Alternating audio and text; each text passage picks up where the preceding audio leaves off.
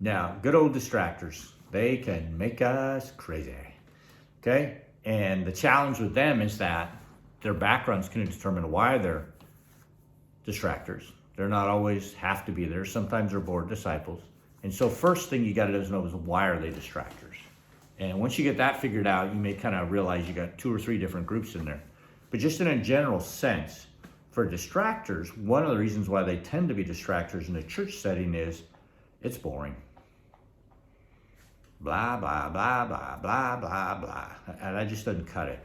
One of the things you see with Jesus is he had very little blah, blah, blah. Everything you'll see, almost other than the Sermon on the Mount, had to do with real life circumstances. Who should I pay taxes to? And Jesus would cry, well, who's on the coin? And they said, oh, Caesar's on the coin. Well, then give to Caesar what's Caesar's and give to God what's God's. That did not happen in a classroom setting. That was out on the street, live, okay? Better than any video recording, live with Jesus, okay? And so our challenge in that distractor world is to bring the outside in. In John chapter 14, I believe it is, Jesus said, the Father has shown me what to say and how to say it. And that's one of the pieces that I've garnered and gathered and worked hard at over the years is how do I say what I say? Not just with the blah, blah, blah, blah, but with word pictures, with physical descriptions, with physical activity, so that the people watching, listening, get it.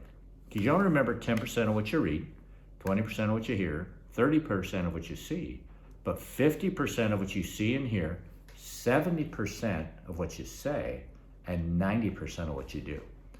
So if you can have a do activity as a part of a teaching, they don't forget. And even though they may not be the person doing it up front, they're not the volunteer, so to speak, they're watching to see what's going to happen because that's their friend. So vicariously, they are experiencing it. So like here's an example of something I've used many times to explain grace. And every distractor to get really quiet when you start doing this kind of stuff. So I'll pick the 2 most contrasting physical types in the room. So the smallest, the biggest, the skinniest, the strongest. I mean, whatever mismatch we can come up with. And I'll have them come up. And I say, you know what, guys, I travel the world and always trying to find out ways to communicate things that work everywhere. And one of the things that I've found works everywhere so far is to arm wrestle. And all of a sudden they look at each other and it's like, oh, no. And the skinny little person, the big massive person, they're both they're just rolling sure. Because the little skinny one doesn't want to get their arm broken and the big one doesn't want to break their arm. So I get all ready and I get them all ready to arm wrestle and they grasp hands. And I say, hey, no kicking, no biting, no, kind of play it up a little bit. And then also I have a unique story. When I was in high school, I broke my arm throwing a football.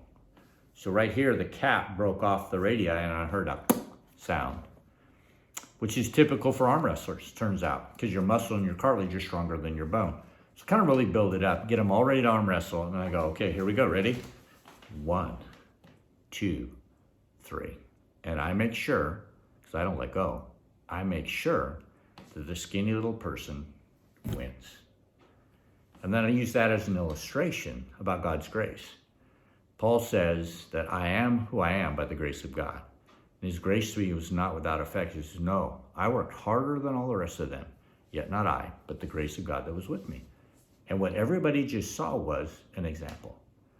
Because in the real life of arm wrestling, the judge lets go. But in our lives, does the judge let go? No.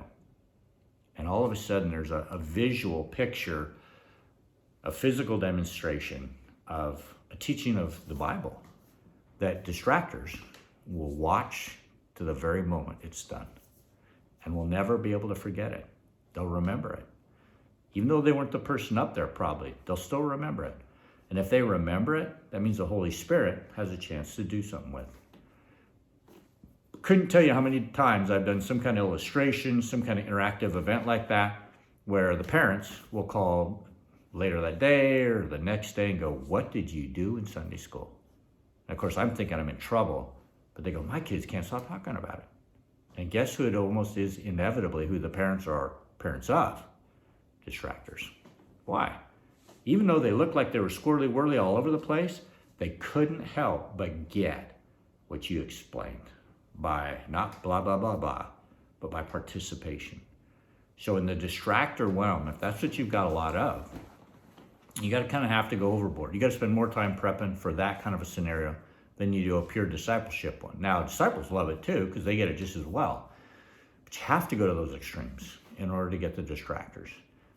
Don't run them off. Don't belittle them. Don't waste the opportunity that they are in front of you. Just learn how to deal with them. And once you have a good calendar for disciples, deciders, and distractors, then in the course of a year, you'll hit all your targets and everybody's got a chance to move forward. Now, the beauty of now having a common language in that basic sense is that all of us know about distractors. All of us know about deciders. We all know about disciples. And some of us do really well at each one of those three, or maybe all of them. And now we can pass that information on to each other, regardless of the size of our group. We've got students who fit all three, and we can move forward.